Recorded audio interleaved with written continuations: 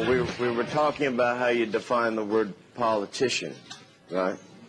I mean, it's like, you know, the word actor today basically almost universally means contest winner, you know. So that's the level of politician I think he's good at. I mean, you know. So out of context, he's Beelzebub and a dumb one.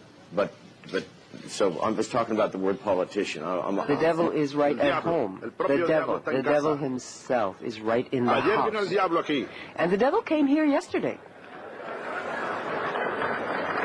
Yesterday, the devil came here. Right here.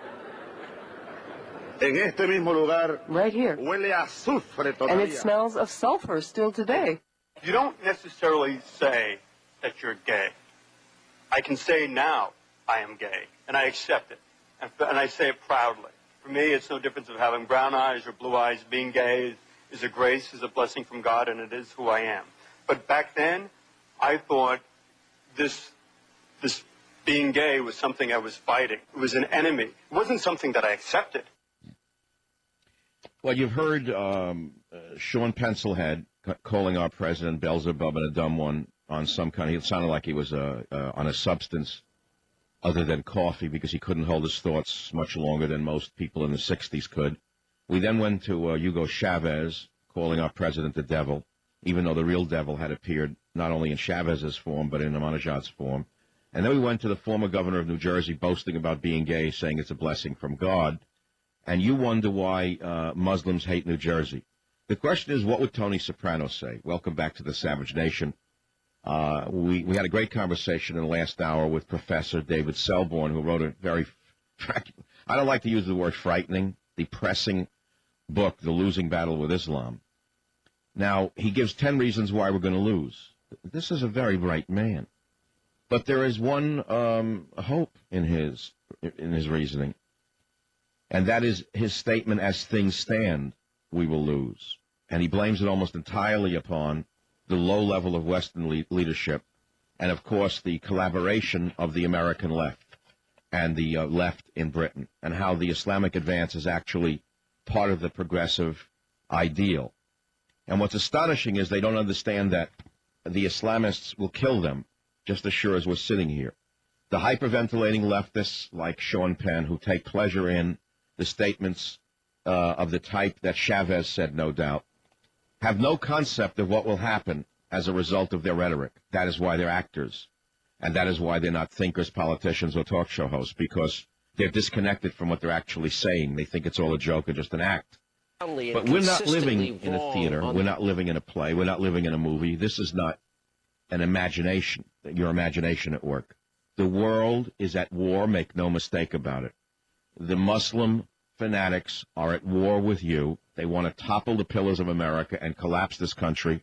Just as the World Trade Centers came down, they are shaking the pillars of our nation, and they're doing it from within. They're doing it with Wolf Blitzer on CNN, in my opinion.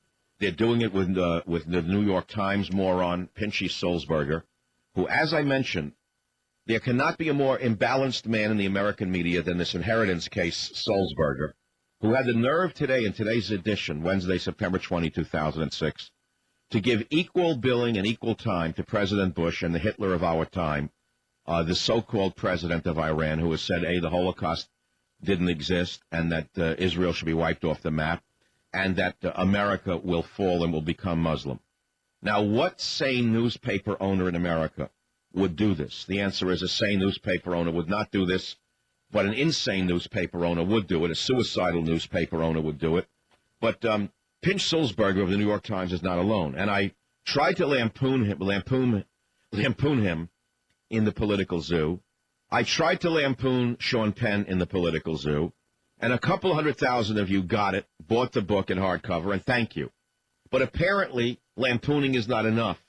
They are a real threat to our survival. The political zoo was fun, but we're way past having fun with our enemies, particularly our internal enemies. I believe that the president needs to go before Congress and declare war on Islamofascism, declare war on Iraq. I don't care what he has to do. He has to define a nation who we are at war with. I hope it's Iran, and I hope it's done tomorrow, not yesterday. And I hope that after he does that, he reenacts the Voorhees Act, and he reenacts sedition acts, and that we cleanse America from within or we're finished. That's my opinion. What's yours? The phone number is 1-800-449-8255. Also, I am the first, but I will not be the last in the American media to point out to you that you have power right now. You have the power to never fill your car up at a Citgo gas